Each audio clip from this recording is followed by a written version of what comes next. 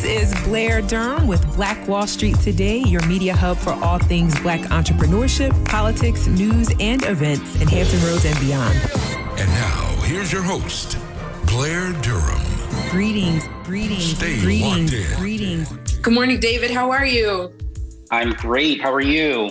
He is the founder of McKnight Image Lab, where they help high achievers leverage their professional image and personal brand in order to get higher salaries and better opportunities. David has over 2 decades of experience as an image consultant, and his clients include the executives from American Express, Goldman Sachs, and PwC.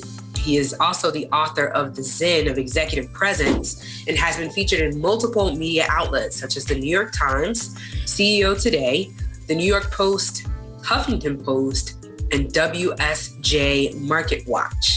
I am also doing well. I'm excited about this conversation because I think it maybe goes over a lot of people's heads in terms of the importance of, as you say, executive presence, establishing a personal brand. So let's go high level to begin.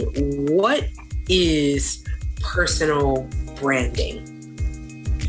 Yeah, so fundamentally, your personal brand is really like your reputation. It's the collection of images that you put out to the world, and it's how people perceive you.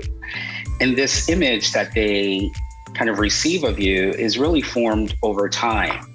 And so we're always communicating, whether we think we are or not.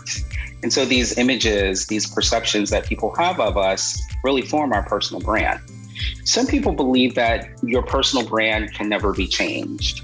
I believe that it can evolve just as we evolve as human beings. But given the fact that we all have a personal brand, it's either by design or by default. My goal and what I do with my work with my clients is to really help them to be intentional about designing that personal brand so that they can really control the narrative about how they're perceived in the marketplace, in the workplace, and even socially as well. Yeah. So I like the distinction that you're making between personal brand and personal branding, right? This more intentional work that we can do to ensure that perception is reality. Maybe that's one way of looking at it, right? Let's dig a bit deeper around personal branding. You know, I think about how one of the things that I've heard is everyone should own their name's domain name, if I'm saying that right?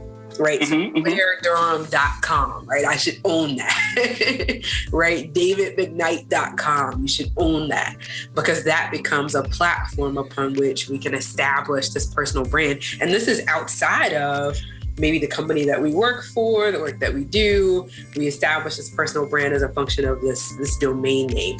What are your thoughts there? Is that someone that's looking to do this personal branding work, is that a place to start? I think that's definitely something that I would recommend. But let me just back up, Blair, and say that It really depends on the person's goals. Because when it comes to personal brand, we all have different goals. In fact, I was giving a presentation literally last week, and I was talking about personal brand, and someone raised their hand and they said, well, my mission isn't to make more money. My mission is to really affect change. And I said, that's great. You can use your brand to affect change or to make money. Some people do want to monetize their personal brand, and we can't make that wrong just because you choose not to focus on that. So I think that it's really important to think about what we want to achieve with our brand. For some people, it is monetizing because they want to get away from corporate America. And so thinking about the skills, thinking about how they can really take their experiences and turn it into a brand so that they can make a living off of it. I love that. That's great. But then some people really just want to be known in their industry as an expert. So I'm actually working on 5 different archetypes of personal brand. Like I said, some people are very mission driven. Some people might want to use their brand to monetize. Some people might want to become an expert. And so we really need to think about what is it that we want to do with our brand? How do we want to use it? And so it's not as simple as buying your domain name. I think that's great, but maybe for someone else, it might, instead of their name, they might want to buy the name of a mission or some type of thing that they're trying to achieve. Does that make sense? It does make sense, and I guess the thought in my head is around,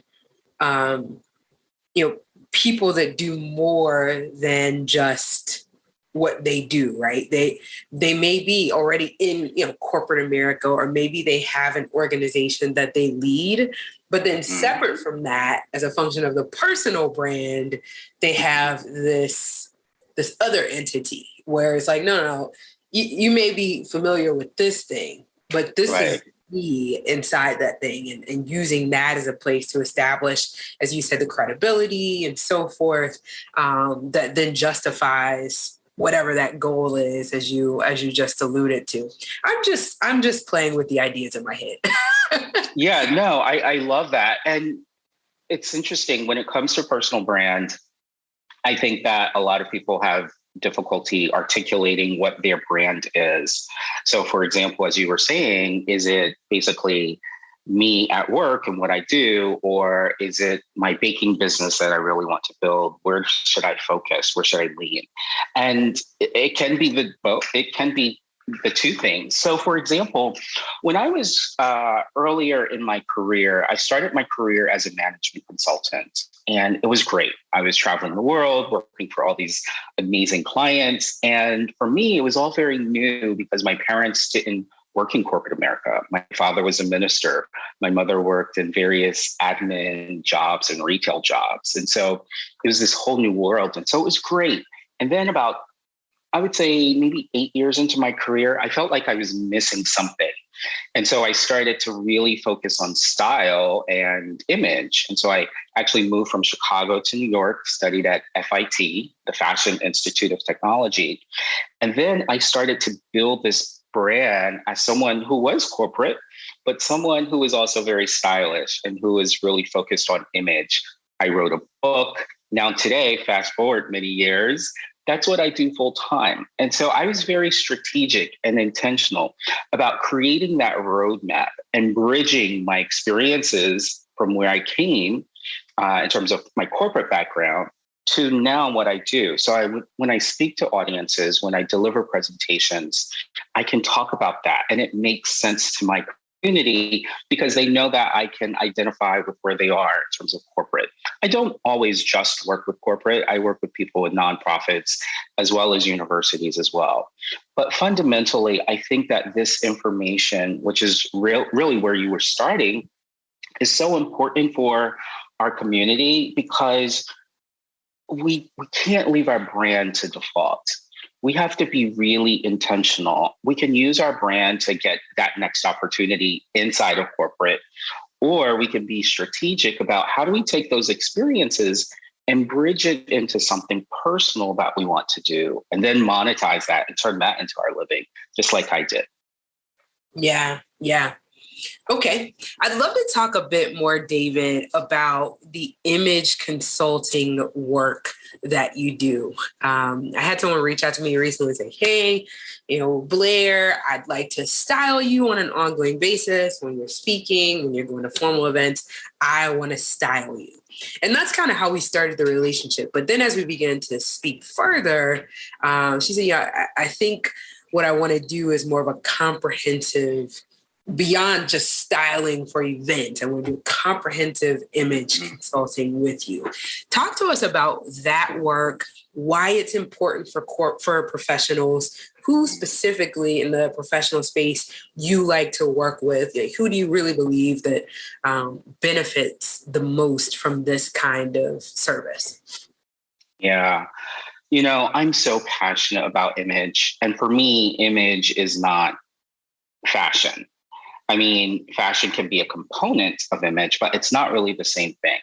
So again, just relating my background, because I think sometimes when I share stories, it might connect certain points and help the information to land with people.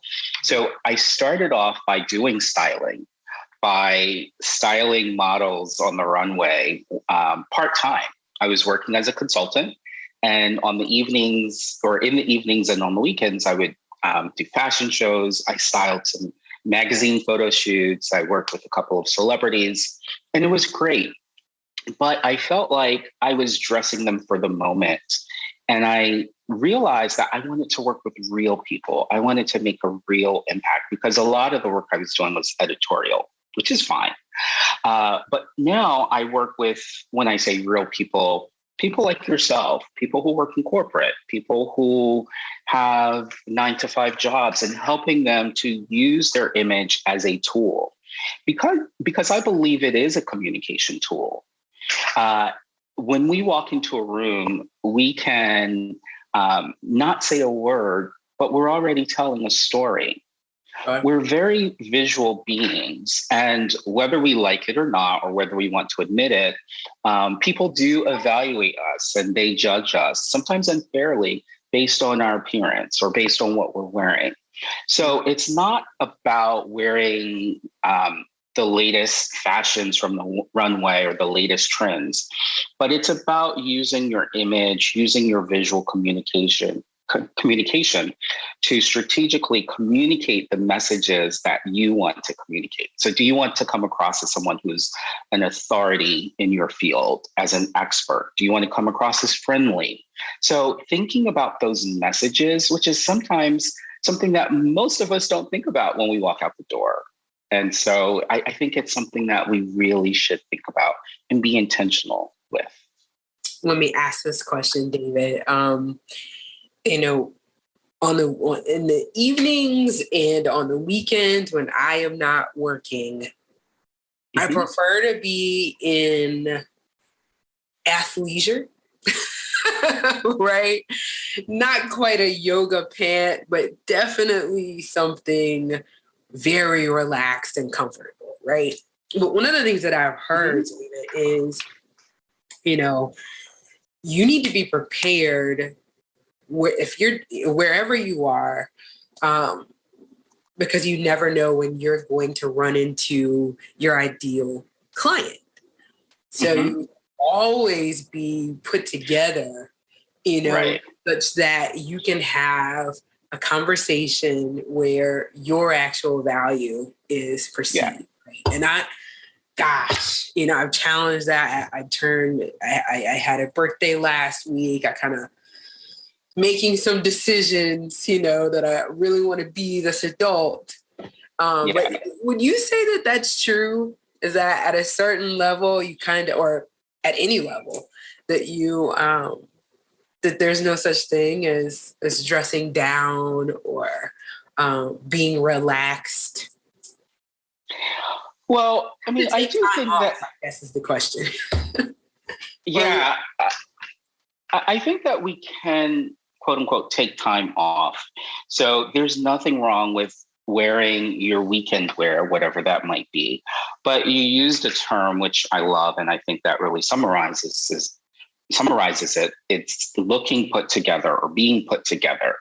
And so you can wear your athleisure wear on the weekend and still be groomed, still look put together, still have things that are the right color for you, the right fit for your body or what have you, and just looking put together versus someone who just looks like they don't care. I mean, there is a difference. And I've seen some people who are at weekend brunch and they're in their athleisure wear and they look really sharp and you actually look at that person. And so I don't think that there's you don't have to always be dressed down in pumps and a skirt or a guy in a 3-piece suit. In fact, I think a lot of those days are really behind us. And a lot of times people don't want to be that formal. There is a time and place for everything. And some people just love that. And so I think it's really important to, number one, understand what really makes us comfortable in terms of being our authentic self, being our truest self, but always making sure that we are in all situations looking put together.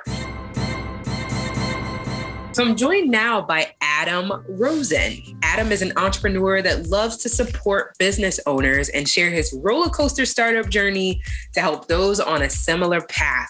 As a founder of a tech startup, Adam spent 5 years leading a college recruiting startup that was acquired in 2019 by a leading college marketing firm. On the side, he's a paid speaker and has coached hundreds of startup and small business owners. His primary focus is on helping startups get more sales appointments, hassle-free, through his lead generation business, email outreach company. Adam also enjoys sharing stories from his journey and learning from others on their own unique path through his podcast, The Rise, with Skriz and Adam. Welcome to the show, sir. How are you? Thank you for having me, Blair. I'm excited to be here. I'm excited too. This is always a fun conversation for me in terms of the startup space. I really believe, and I say this often, that there's never been a better time to start a business. Just the availability of resources to support startups and sort of the breakthrough with regard to internet technology, et cetera, blockchain, and all the different things. It's just a great time to start a business. So what is your startup story? Yeah, and you're absolutely right. I think now it's easier than ever to launch any type of business that you want.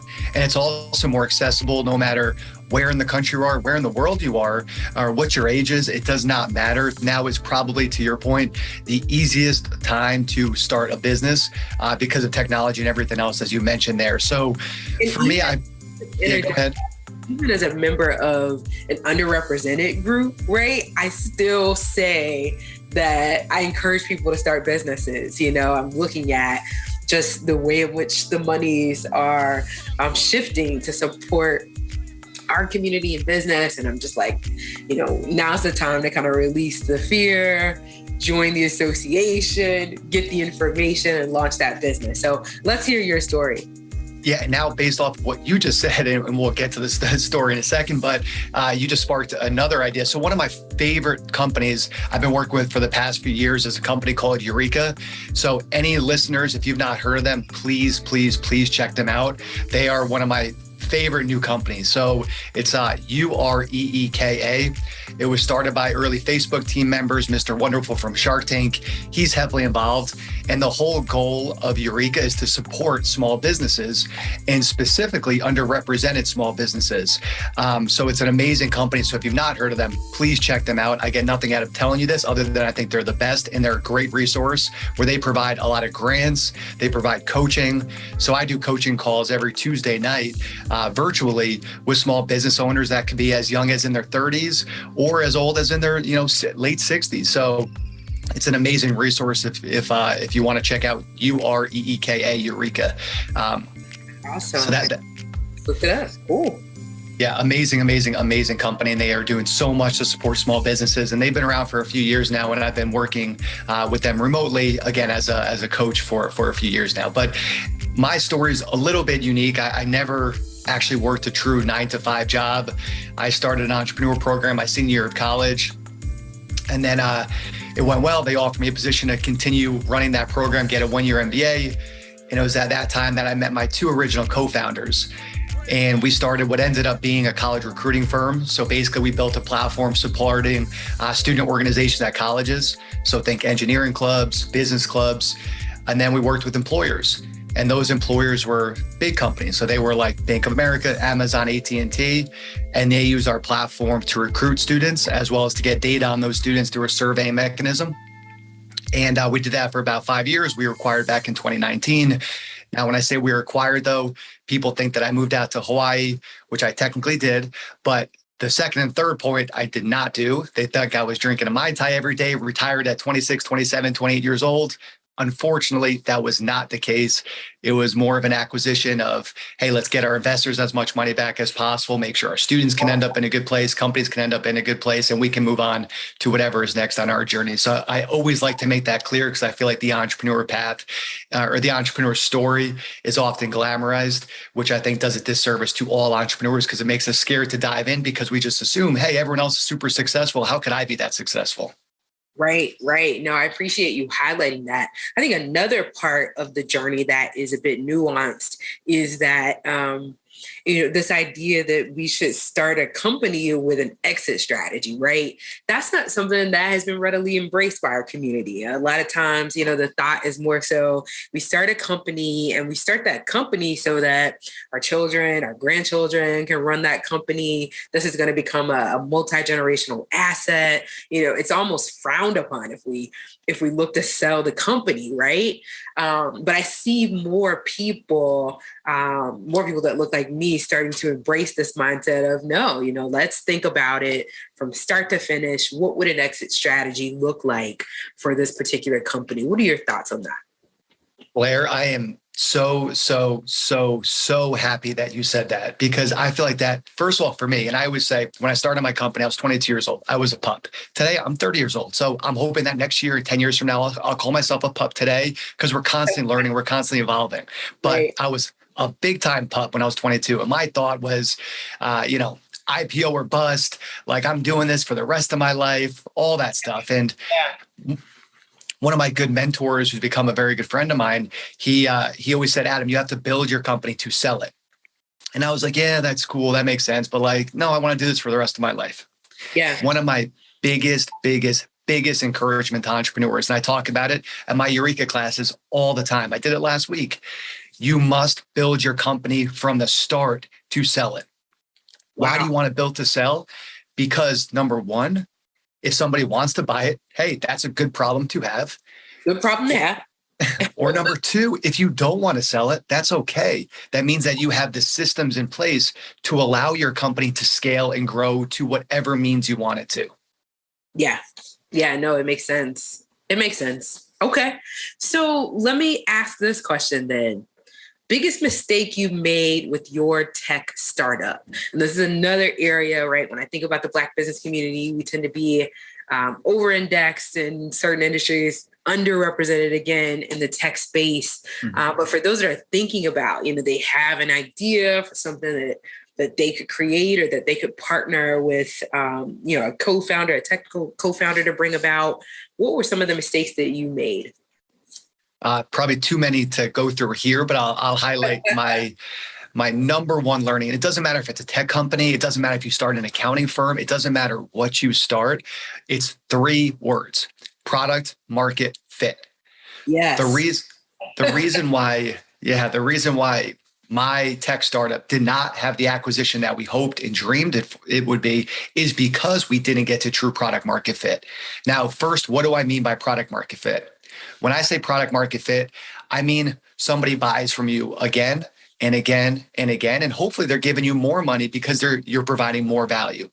Or are they willing to buy from you over and over and over again? So for us, we struggled to get to true product market fit. Our churn, which means basically people would leave us after their first contract, was very high. In the SaaS world, you need to be at 95% retention or better. So 95% of the people are staying with you after each contract. For us, you're much lower. I got to interject here because, sometimes we're taught that the best way to validate your product is cash in hand, right? Mm-hmm. But that's such a short-sighted viewpoint. It's not cash in hand one time. It's not that because somebody, oh yeah, you selling cookies? Yeah, I'll buy a cookie from you. But are they coming back? To make that distinction and say we didn't achieve true market, what did you call it? Market fit. Yeah, product market fit. Yeah, because that retention wasn't there. That's huge. Blair, that is one of the biggest things is we think, we got some money in the door. We're great. People love this. This is awesome. But anybody can sell a product or service once. Anyone can do that. If you're a good salesperson, people like you, they trust you, they'll buy from you once. But the trick is, can they buy from you again and again and again? And that's always my focus with my co-founder now is we want to make sure that the product drags us, not we are dragging the product. We want to make sure that the product is telling us, hey, Adam and Pranav, who's my co-founder's name, hey, this is something people not only want to buy from us once, but they want to keep buying from us. They want to give us more money. Because until that happens, we're constantly going to feel like we're clogging in a leaky bucket, which is just never a fun place to be in as an entrepreneur, as a business leader. Huge. huge, Adam. That was a major nugget that you just dropped. So how can business owners generate more business? I know part of what you do is assist with lead generation. What does that process need to look like for an entrepreneur? So I love cold, as you know, and with my business, of course, I love cold email. The reason why is because people will say, hey, cold email does not work. And you know what? They're right. Cold email does not work if you don't know what you're doing. Just like Instagram ads or Facebook ads or TikTok ads or billboards or newspapers or whatever marketing medium we take doesn't work if we don't know what we're doing. Sure. So how do we make it work? So some of the big tips for cold email outreach, we all get bombarded with emails. We get bombarded with them, most of which we just delete. We, push it aside. Help me out, Adam. We're distinguishing cold email outreach from warm email outreach. First of all, how do we get these cold leads? Are you talking about some sort of magnet that we put in place? So we've got some people that are interested because they signed up for something from us, but they're still cold because they've never received an email from us. Is that the distinction you're making? Yeah. So cold email, the way I look at cold email is you're doing it all. So you're buying lists, or maybe you're scraping the list yourself. So it's people that have no idea who you are. So when we do our outreach, they've never heard of us. They've never heard of our clients. We have a team that's building out these lists, scraping the internet, verifying them to make sure they're real emails. And then we're emailing them completely cold. Now there's other ways, like you said, Blair, where, you have a lead magnet, people signed up on your website or maybe express interest through a Facebook ad or whatever that might be. Those are warmer lists. I got it. Okay. And so you are able to teach people how to work these lists, whether they're warm, medium warm, hot, or cold, right? Is that what you're saying? Yeah, typically with our clients, they just say, hey, Adam, we want you to just take all this off our plate. So we basically automate the whole process. We get the list, we write the copy, we do the 8 follow-up emails, we manage the inbox, and then we just say, hey, client, here's a phone call. It's put on your calendar with a potential sales prospect. Go make the sale. So we do all that stuff so they don't ever have to worry about all the stuff that goes into preparing a cold email campaign and executing a cold email campaign. All they need to worry about is doing what they do best, which is hopefully selling that client. Mm-hmm. Makes sense. I've got one final question for you, and this is a big one. It's around raising capital versus bootstrapping. Most of us don't have the luxury of raising capital, right? Most of us that start businesses, particularly in the Black community, we are bootstrapping. And I think the numbers show that less than 1% of all VC, less than 1% of all grants go to the Black community. So assuming we have the option and we can access capital, what's your recommendation? Do we raise capital or do we bootstrap? So I raised capital in my first company now, and I had great investors. I really don't have much interest right now in raising capital unless I absolutely need to. So that's number one, is do you actually need to raise capital? Because sometimes we confuse ourselves and we think that raising money, that's the win. That's the end game. No, it's a breadcrumb that takes you closer to hopefully what that win is, but it is not the win. Sometimes, in fact, raising capital too soon can end up putting you in a spot where it's almost impossible for you to win. So my recommendation is always, number one, do you actually need this capital to grow, and why? How is it going to get you to the next milestone? But if we raise capital too soon, especially if it's equity capital, it makes it almost impossible at times to even come back from that fundraise that we did. Raise capital if you absolutely need to, but if you don't, bootstrapping is a great way to keep control, because once you do raise money, you are no longer the boss.